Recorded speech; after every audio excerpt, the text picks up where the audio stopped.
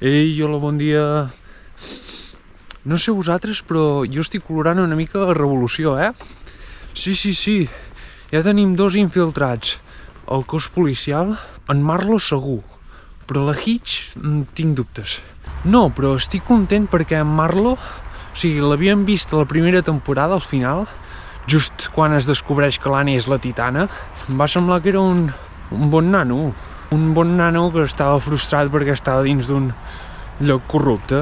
Llavors, en Flegel, el fill del comerciant que ha estat assassinat pel govern, també s'ha passat al bàndol nostre, vale?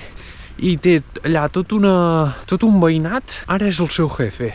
I tots han vist les mentides del govern, vale? Per tant, no sé, veig que mica en mica té bona pinta, comença a tenir bona pinta. I ara estan a punt d'executar l'Erwin, que pels que heu vist One Piece, i he pensat, no serà ell el rei dels pirates?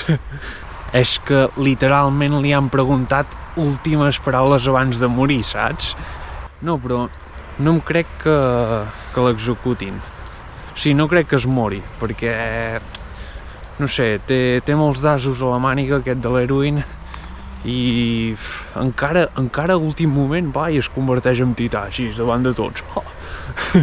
I atenció, en Kenny de cognom es diu Ackerman. Endevina qui també se'n diu? En Levi. Només en Levi? No, la Mikasa també. Ostres, quina família. Té pinta de ser una família de trapelles, això? Ara, la relació que hi ha entre ells, no crec que sigui directa, saps? Clar, perquè en el flashback de la Mikasa es veu que el seu pare és ros.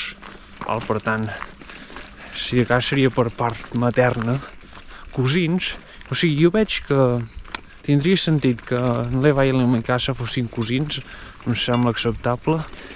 Llavors, en Kenny deu ser un tiet, el tiet que està boig, saps?